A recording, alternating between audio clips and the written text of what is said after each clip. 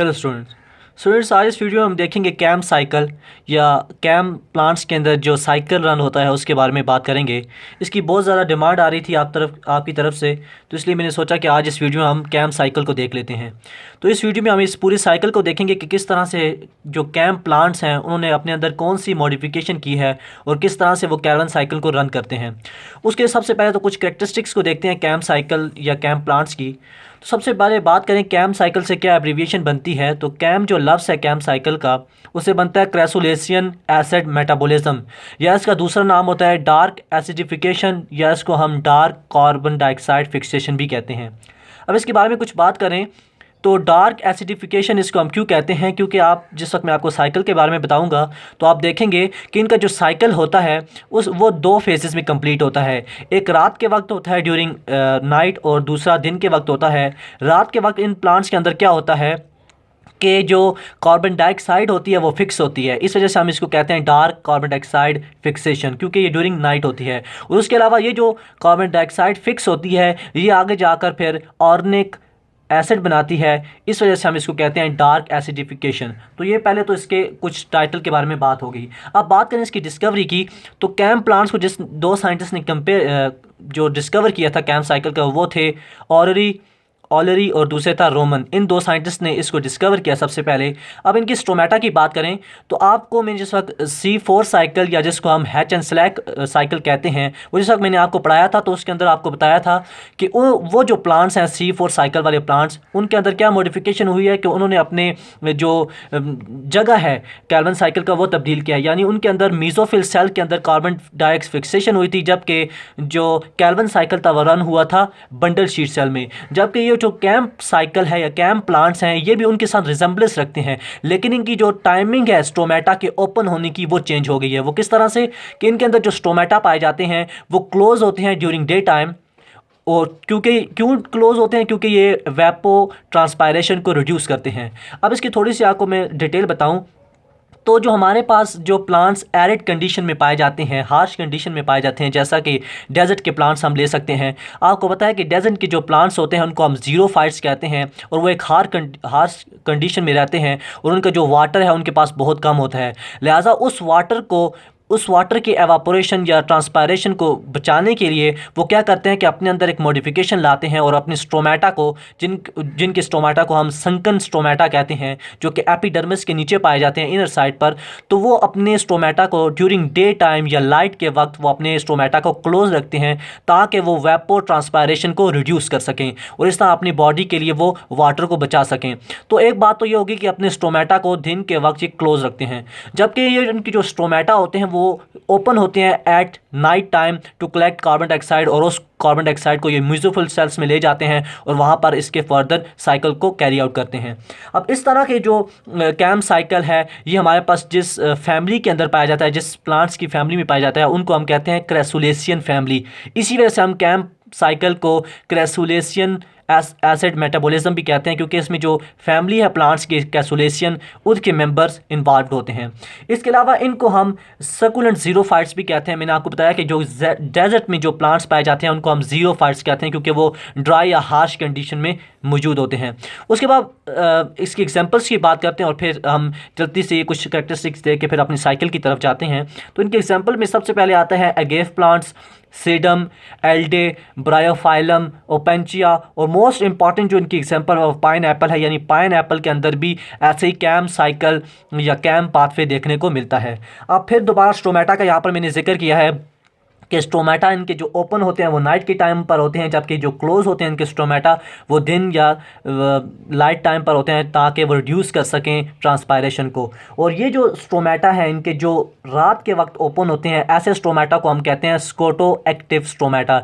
ये बहुत important point है, यहाँ पर आपने नोट करना है। MCQs के लिए किसी भी एंट्री टेस्ट में पूछा जा सकता है कि जो स्टोमेटा नाइट के टाइम पर ओपन होते हैं उन स्टोमेटा को हम क्या कहते हैं, तो आपको पता होना चाहिए कि उन स्टोमेटा का नाम है स्कोटो एक्टिव स्टोमेटा। अब उसके बाद बात करें तो इनके अंदर जो एंजाइम्स पाए जाते हैं, वैसे बहुत सारे एंजाइम्स इस साइकिल में इन्वॉल्व होते हैं, लेकिन जो बेसिक दो एंजाइम हैं उनके बारे में मैं आपको बताना चाहता हूं। एक है हमारे पास पेप्को एंजाइम और दूसरा है रोबिस्को।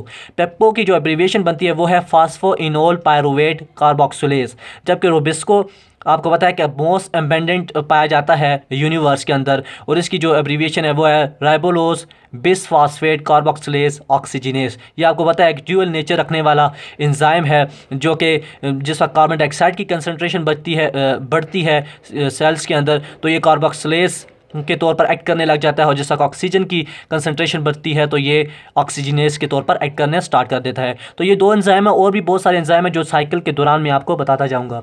उसके अलावा जो इनके ये साइकिल है, इसकी बहुत इंपॉर्टेंट बात है कि इनका जो साइकिल है पूरा कैम साइकिल का, कैम प्लांट्स का, ये मीजोफिल सेल्स के अंदर होता है। अब इसका कुछ कंपैरिजन करते हैं हम कैम प्लांट्स का C4 प्लांट्स के साथ। इन दोनों के दरमियान बहुत ही रिजेंबलेंस पाई जाती है, जैसा कि दोनों साइकिल्स के अंदर, दोनों पाथवेज के अंदर जो कार्बन डाइऑक्साइड है उसकी कंसंट्रेशन बनाई जाती है अराउंड द रूबिस्को, और वहाँ से कार्बन या कैल्विन साइकिल को आगे इनिशिएट किया जाता है। लेकिन इनमें कुछ डिफरेंस भी पाया जाता है। वो इस तरह से पाया जाता है कि जो C4 पाथवे या हैच एंड स्लैग पाथवे है, मैंने आपको बताया भी था, आप उस वीडियो को भी देख सकते हैं, कि उनके अंदर जो कैल्विन साइकिल है उसके दो पार्ट होते हैं, कार्बन फिक्सेशन होती है और आगे फिर कैल्विन साइकिल पूरा कंप्लीट होता है। तो इनके अंदर C4 प्लांट्स के अंदर जो कार्बन डाइऑक्साइड फिक्सेशन है वो मीजोफिल सेल्स में देखने को मिलती है, जबकि जो कैल्विन साइकिल है वो कंप्लीट होता है इन बंडल शीट सेल्स। तो उन्होंने यहां पर अपनी जगह को चेंज किया कैल्विन साइकिल को, जबकि जो कैम प्लांट्स हैं इन्होंने अपनी टाइमिंग को चेंज किया, स्टोमेटा की ओपनिंग की टाइमिंग को। यानी इन्होंने दिन के वक्त क्या किया कि अपने स्टोमेटा को क्लोज रखा और रात के वक्त उसको ओपन करके कार्बन डाइऑक्साइड फिक्सेशन की। लेकिन जो कार्बन डाइऑक्साइड और कैल्विन साइकिल की जो हमारे पास जगह है, जो प्लेस है, वो मीजोफिल सेल ही है, इनमें कोई बंडल शीट सेल्स इन्वॉल्व नहीं होते। इसके अलावा C4 प्लांट सेल्स में मैंने आपको बताया था कि उनके अंदर एक क्रंच एनाटमी पाई जाती है, लेकिन जो कैम प्लांट्स हैं इनके अंदर किसी किस्म की कोई भी क्रंच एनाटमी नहीं पाई जाती, क्रंच एनाटमी एब्सेंट होती है। उसके बाद रिक्वायरमेंट्स की बात करें तो आपको पता है कि कैल्विन साइकिल का जो प्रोडक्ट है वो हमारे पास ग्लूकोज होता है। तो एक ग्लूकोज बनाने के लिए हमारे पास तकरीबन 30 ATPs plus 12 NADPH2 molecules required होते हैं, और आपको पता है कि एक जो NADPH है वो हमें देता है 3 मॉलिक्यूल्स ऑफ ATP। तो लिहाजा जो एक ग्लूकोज है उसके लिए हमें टोटल 66 ATPs रिक्वायर्ड होते हैं एक ग्लूकोज का मॉलिक्यूल बनाने के लिए। अब बात करते हैं during night time. During night time क्या होता है, मैंने आपको बताया कि इनके स्टोमेटा ओपन होते हैं और वो कार्बन डाइऑक्साइड को अपने सेल्स के अंदर लेके आते हैं साइटोप्लाज्म के अंदर, उसके बाद फिर मीजो सेल्स के अंदर, और वहाँ वो कार्बन डाइऑक्साइड की फिक्सेशन करते हैं और एक ऑर्गेनिक एसिड बनाते हैं जिसको हम मैलेट कहते हैं। और ये मैलेट जो होता है वो वैक्यूल में जाकर स्टोर कर लिया जाता है, और फिर ड्यूरिंग डे टाइम उसको क्या किया जाता है कि उसको साइटोप्लाज्म से दोबारा मीजोफिल सेल्स में लेके जाते हैं क्लोरोप्लास्ट के, और वहाँ पर कैल्विन साइकिल रन होता है। तो इसकी डिटेल में बात करेंगे हम साइकिल के अंदर। अब कुछ बेसिक इनके बेनिफिट्स की बात करते हैं कैम प्लांट्स की। सबसे important benefits in CAM cycle या कैम प्लांट्स का ये है कि ये हार्श कंडीशन में क्योंकि पाए जाते हैं तो इनकी बॉडी के अंदर जो वाटर की अमाउंट होती है वो कम होती है, लिहाजा उस वाटर को ये रिज़र्व रखने के लिए ये क्या करते हैं कि अपने अंदर एक ऐसी मॉडिफिकेशन करते हैं कि जिससे अपने उस वाटर को कम से कम ट्रांसपायर होने देते हैं। तो इनका एक बेनिफिट भी आ जाता है इन प्लांट्स का। अब जो मोस्ट इंपॉर्टेंट पार्ट है इस वीडियो का वो है हमारे पास कैम साइकिल। उसकी तरफ जाते हैं कि किस तरह से ये कैम प्लांट्स के अंदर कैम साइकिल रन होता है। तो आप यहाँ पर अगर गौर करें तो ये जो मैंने डायग्राम यहाँ पर पूरा साइकिल शो किया है, ये आपको थोड़ा डिफ़िकल्ट लगेगा, लेकिन जिस वक्त मैं आपको बताऊँगा तो इंशाल्लाह मुझे उम्मीद है कि बिल्कुल आसानी से आपको समझ आ जाएगा। इसमें कोई भी डिफ़िकल्टी नहीं होनी चाहिए आपके लिए। तो सबसे पहले जो मैंने बात की ड्यूरिंग जो नाइट काम है उसके बारे में बात करते हैं। सबसे पहले तो यहाँ पर मैंने जो न्यूक्लियस के अंदर जो चीज़ें मेंशन की हैं ये इतनी वैसे इंपॉर्टेंट नहीं है, फिर भी आपको बता देता हूँ कि जो न्यूक्लियस के अंदर प्लांट्स के अंदर जो जीनोमिक DNA होता है उसकी ट्रांसक्रिप्शन होती है और हमारे पास mRNA यानी मैसेंजर RNA बन जाता है। ये काम होता है रात के वक्त। ये किस तरह से होता है कि आपको जानते हैं कि ट्रांसक्रिप्शन हम कहते हैं the formation of messenger RNA from DNA is called as transcription. तो इस तरह से DNA से एक हमारे पास mRNA मैसेंजर RNA बन जाता है, और ये मैसेंजर RNA फिर मूव करता है टुवर्ड्स साइटोप्लाज्म, जहाँ पर वो जाकर राइबोसोम से मिलता है और प्रोटीन की सिंथेसिस करता है। और इसमें और भी बहुत सारे इवेंट्स होते हैं कि इस मैसेज को जो है वो आगे ट्रांसफ़र RNA लेके जाते हैं। वो आगे अगेन वो जिस वक्त आप प्रोटीन सिंथेसिस पढ़ेंगे तो उसमें आप डिटेल पढ़ेंगे। यहाँ पर मैं बेसिक आपको ओवरव्यू बता रहा हूँ इस पूरे प्रोसेस का। तो यहाँ पर जिस वक्त वो राइबोसोम के साथ अटैच होते हैं तो इस प्रोसेस से वो आगे बना देते हैं प्रोटीन सिंथेसिस। और इस प्रोसेस को जहाँ पर जो प्रोटीन हमारे पास बनती है उस प्रोसेस को हम कहते हैं ट्रांसलेशन, यानी the formation of protein is called as translation. अब ये जो प्रोटीन है आगे एटीपी हमारे मालिक्यूल्स देती है, जहाँ से यो एटीपी कन्वर्ट हो जाता है एडीपी में और इनऑर्गेनिक फॉस्फेट देता है, जो इस साइकिल में आगे कैरी आउट होता है यानी इन्वॉल्व होता है। और जहाँ पर जो एंजाइम मौजूद होता है जो एटीपी को एडीपी में कन्वर्ट करता है और ये इनऑर्गेनिक फॉस्फेट इस साइकिल में इन्वॉल्व होता है, उसको हम कहते हैं पेप कार्बोक्सिलेज काइनेस। तो ये तो थोड़ी सी अलहदा से बात होगी, इसकी ज़्यादा ज़रूरत नहीं हमें, हम मेन बात करते हैं साइकिल की तरफ। तो मैंने आपको बताया कि ड्यूरिंग नाइट क्या होगा कि कार्बन डाइऑक्साइड मेसोफिल सेल्स के अंदर आएगी और किस तरह से वो साइटोप्लाज्म के अंदर आएगी कि ड्यूरिंग नाइट इनके स्टोमेटा जो होते हैं वो ओपन होते हैं। तो एक कंपाउंड यहाँ पर पाया जाता है जो कार्बोहाइड्रेट से बनेगा, उसकी फॉर्मेशन की भी आगे चल के बात करेंगे। तो यहाँ पर इनके साइटोप्लाज्म के अंदर एक कंपाउंड होगा पेप, फास्फोइनोल पायरुवेट। ये फास्फोइनोल पायरुवेट हमारे पास 3 कार्बन कंपाउंड है, यहाँ पर मैं मेंशन कर देता हूँ 3 कार्बन कंपाउंड। ये कार्बन डाइऑक्साइड से मिलेगा जो कि रात के वक्त इन के अंदर सेल्स के अंदर आती है। जैसा कि मिलेगा तो जाहिर सी बात है 3 कार्बन कंपाउंड पेप है, जबकि एक कार्बन डाइऑक्साइड का आ गया, तो हमारे पास जो कंपाउंड बनेगा वो 4 कार्बन कंपाउंड होगा। और वो 4 कार्बन कंपाउंड का नाम है ऑक्सैलो एसीटेट। ऑक्सैलो एसीटेट बनता है और जो एंजाइम यहाँ पर यूज़ होता है वो बेसिकली 2 एंजाइम्स यूज़ होते हैं। एक एंजाइम यूज़ होता है हमारे पास पेप कार्बोक्सिलेज, और इस पेप कार्बोक्सिलेज को इनिशिएट करने के लिए एक और एंजाइम होता है जिसको हम कहते हैं पेप कार्बोक्सिलेज फॉस्फेट। ये पेप कार्बोक्सिलेज फॉस्फेट क्या करता है कि आप जानते हैं कि फास्फोइनोल हमारे पास जो पायरुवेट है इसके अंदर एक फॉस्फेट ग्रुप होता है। तो यहाँ पर ऑक्सैलो एसीटेट बनाने के लिए यहाँ से ये एंजाइम पेप कार्बोक्सिलेज फॉस्फेट यहाँ से इस कंपाउंड के अंदर से एक इनऑर्गेनिक फॉस्फेट को रिलीज़ करता है और इनिशिएट करता है पेप कार्बोक्सिलेज को कि वो आगे रिएक्शन को कैरी आउट करे और हमारे पास आगे कंपाउंड बनाए ऑक्सैलो एसीटेट। तो इस तरह से ये 2 एंजाइम यूज़ करके आगे बनाता है कंपाउंड ऑक्सैलो एसीटेट। ये ऑक्सैलो एसीटेट क्या करता है कि आगे NADPH2 या NADH2 को यूज़ करते हुए यहाँ पर ये 2 हाइड्रोजन मालिक्यूल्स को लेता है और बना देता है मैलेट। ये NADH जो है ये कन्वर्ट हो जाता है NAD प्लस में और प्लस हाइड्रोजन देता है, जो हाइड्रोजन ये ऑक्सैलो एसीटेट के रिएक्शन में इन्वॉल्व होता है और हमारे पास कंपाउंड बनाता है, एसिड बनाता है मैलेट। ये मैलेट जो है फिर आगे वैक्यूल में स्टोर होता है। उससे पहले मैं यहाँ पर बताऊँ कि जो यहाँ पर एंजाइम यूज़ होता है जो इस रिएक्शन को कैरी आउट करता है ऑक्सैलो एसीटेट से मैलेट बनाने के लिए, उस एंजाइम का यहाँ पर मैंने नाम मेंशन किया है, वो है NAD मैलेट डिहाइड्रोजिनेज। अगर आप YouTube पर और देखेंगे बहुत सारे लेक्चर्स मिलते हैं, अवेलेबल होते हैं हर लेक्चर पर, लेकिन वो अक्सर जो एंजाइम्स के नाम होते हैं वो मिस कर देते हैं। यहाँ पर जो एग्जामिनर या बोर्ड में जो क्वेश्चन पूछा जाता है उसमें अगर आपने पूरे नंबर लेने हैं तो उसके लिए ज़रूरी है कि आप हर एक बात को मेंशन कीजिए, क्योंकि अगर आप जैसा एंजाइम्स के नाम लिखेंगे तो एग्जामिनर पर एक अच्छा पड़ जाता है, इंप्रेशन पड़ जाता है और वो आपको पूरे नंबर देता है। तो लिहाजा आपने ये जो एंजाइम्स हैं ये भी याद रखने हैं, क्योंकि ये इंट्री टेस्ट में भी बाज़ औक़ात पूछे जाते हैं, लेकिन आपने कोशिश करनी है कि ये एंजाइम आपके जहन में हो। तो यहाँ पर जो एंजाइम इन्वॉल्व होता है वो है NAD मैलेट डिहाइड्रोजिनेज। यहाँ से यानी वो हाइड्रोजन को निकालता है NADH से और NAD प्लस में कन्वर्ट हो जाता है और वहाँ से कंपाउंड बन जाता है मैलेट।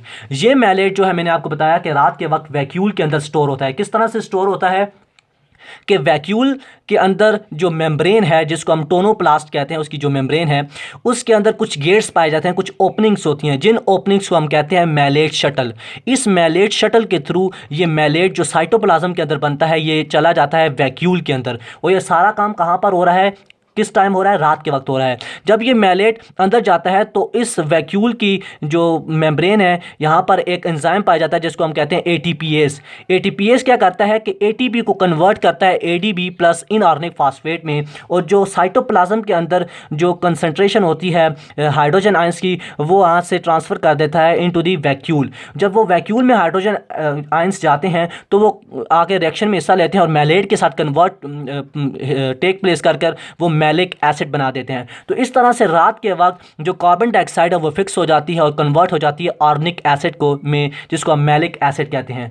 और यही जब दिन का वक्त आता है तो जिस वक्त वो स्टोमेटा को क्लोज रखते हैं, लाइट आती है, तो लाइट को पता है कि आपको लाइट की प्रेजेंस में फोटोसिंथेटिक प्रोसेस होते हैं, जैसे साइक्लिक और नॉन साइक्लिक फोटोफॉस्फोराइलेशन होती है। उसके नतीजे में हमारे पास एटीपीज बनते हैं, NADPH बनते हैं, जो आगे कैल्विन साइकिल में हिस्सा लेते हैं। तो ये सुबह के वक्त क्या होता है कि ये malic acid in malate shuttle के थ्रू दोबारा साइटोप्लाज्म में जाते हैं और वही जो हाइड्रोजन आयंस इन्होंने लिए होते हैं वो उसको रिलीज़ करके मैलेट में कन्वर्ट हो जाते हैं। ये मैलेट क्या करता है कि ये मीजोफिल सेल्स में जाता है, और आपको पता है कि मीजोफिल सेल्स क्लोरोप्लास्ट में पाए जाते हैं। वहाँ पर मैलेट जाकर दो कंपाउंड्स में डिवाइड हो जाता है। एक कंपाउंड ये बनाते हैं पायरुवेट और दूसरा ये बनाते हैं कार्बन डाइऑक्साइड। ये पायरुवेट जो है, यहाँ पर एक और काम भी होता है कि जो NADP होता है वो NADP जो दो हाइड्रोजन आयंस को लेकर NADPH2 में कन्वर्ट हो जाता है, और ये NADPH2 जो है वो कार्बन साइकिल में अपना हिस्सा परफॉर्म करता है। तो अब ये जो पायरुवेट बनता है मैलेट से, ये क्या करता है, यहाँ से दो काम ये कर सकता है। या तो ये माइटोकॉन्ड्रिया के अंदर चला जाता है और वहाँ से ये सिट्रिक साइकिल में हिस्सा लेकर दोबारा से कार्बन डाइऑक्साइड बनाता है, और ये कार्बन डाइऑक्साइड आगे कैल्विन साइकिल को दी जाती है। या तो ये पायरुवेट ये करता है, या फिर ये क्या करता है कि ये पायरुवेट कन्वर्ट हो जाता है पैप कंपाउंड में, यानी फास्फोइनोल पायरुवेट में कन्वर्ट हो जाता है। और यहाँ पर जो एंजाइम यूज़ होता है वो होता है पायरुवेट फॉस्फेट डाइकाइनेज, और ये एक हाई एनर्जी प्रोसेस होता है, क्योंकि इसमें क्या होता है कि ATP जो है प्लस इनऑर्गेनिक फॉस्फेट, यहाँ पर ATP के साथ प्लस इनऑर्गेनिक फॉस्फेट कन्वर्ट हो जाता है AMP यानी adenine monophosphate plus 2 inorganic phosphate में। यानी ये जो पायरुवेट जो मैलेट से बनता है इसके दो काम होते हैं, या तो ये माइटोकॉन्ड्रिया में जाकर सिट्रिक साइकिल को रन करता है, या तो ये फिर दोबारा से कन्वर्ट हो जाता है पेप कंपाउंड में, जिसको हम कहते हैं फास्फोइनोल पायरुवेट। और ये जो पेप कंपाउंड है आगे फिर कैल्विन साइकिल के थ्रू जो कार्बोहाइड्रेट बनता है उससे आगे दोबारा बनकर ये दोबारा साइटोप्लाज्म के अंदर आकर इस प्रोसेस को कंटिन्यू करता है। अब यहाँ पर बात करें तो जो मैलेट है जो कार्बन डाइऑक्साइड में कन्वर्ट हुआ, ये कार्बन डाइऑक्साइड दोबारा कैल्विन साइकिल में हिस्सा लेती है, और वही सारा प्रोसेस कैरी आउट होता है जो हमने C3 साइकिल या कैल्विन साइकिल में देखा था। तो अभी यहाँ पर क्या होगा कि ये जो NADPH है मैलेट से जो यहाँ पर बनी है वो, और कार्बन डाइऑक्साइड, यहाँ पर आपको पता है कि कैल्विन साइकिल में जो मोस्ट इंपॉर्टेंट एंजाइम होता है वो होता है रुबिस्को। यहाँ पर रुबिस्को ये कार्बन डाइऑक्साइड को लेगा और हमारे पास एक 3 कार्बन कंपाउंड बनेगा जिसको हम PGA कहते हैं, और उसी से आगे फिर कैल्विन साइकिल पूरा रन होकर हमारे पास एक ग्लूकोज या कार्बोहाइड्रेट्स बनाएगा जिसको हम ट्रायोज फास्फेट भी कहते हैं। तो इस तरह से कैम प्लांट्स के अंदर इस तरह से साइकिल रन होता है कि वो अपनी जो टाइमिंग है स्टोमेटा की वो चेंज करते हैं और मीजोफिल सेल्स के अंदर अपनी साइकिल को रन करते हैं थ्रू ड्यूरिंग डे टाइम। अब यहाँ पर एक क्वेश्चन आता है कि हमारे पास ये दिन के वक्त ही क्यों ये कैल्विन साइकिल को रन करते हैं। वो इसलिए करते हैं कि आपको पता है कि कैल्विन साइकिल का जो प्रोडक्ट होता है वो हमारे पास कार्बोहाइड्रेट या ग्लूकोज होता है, और उसको बनने के लिए कैल्विन साइकिल में ATPs और NADPH की बहुत ज़्यादा अमाउंट रिक्वायर्ड होती है ताकि वो उस रिएक्शन को कैरी आउट करके आगे कार्बोहाइड्रेट्स बनाए। तो अब दिन के वक्त आपको पता है कि लाइट रिएक्शंस होते हैं जिसके नतीजे में ATPs और NADPH बनते रहते हैं। तो लिहाजा ये प्लांट्स क्या करते हैं कि रात के वक्त मैलेट या मैलिक एसिड बनाते हैं, और यही मैलेट फिर मीजोफिल सेल्स के अंदर जाकर ड्यूरिंग डे टाइम उस मैलेट को ये कन्वर्ट कर देते हैं into carbohydrates through a cycle, जिस साइकिल को हम कहते हैं कैल्विन साइकिल। तो ये पूरी बात थी, आज लेक्चर था हमारा कि कैम प्लांट्स के अंदर किस तरह से कैम साइकिल रन होता है। तो मुझे उम्मीद है कि आपको ये वीडियो अच्छी लगेगी।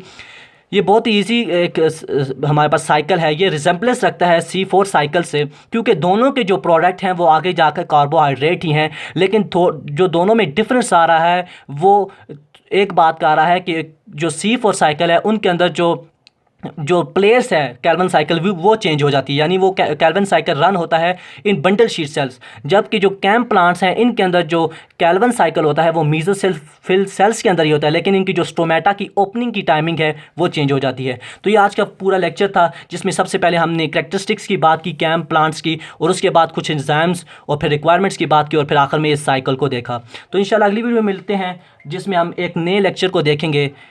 अगर आपको ये वीडियो चलेगी तो हमारे चैनल को सब्सक्राइब कीजिए और साथ ही बेल आइकन को भी प्रेस कीजिए। अल्लाह हाफ़िज़।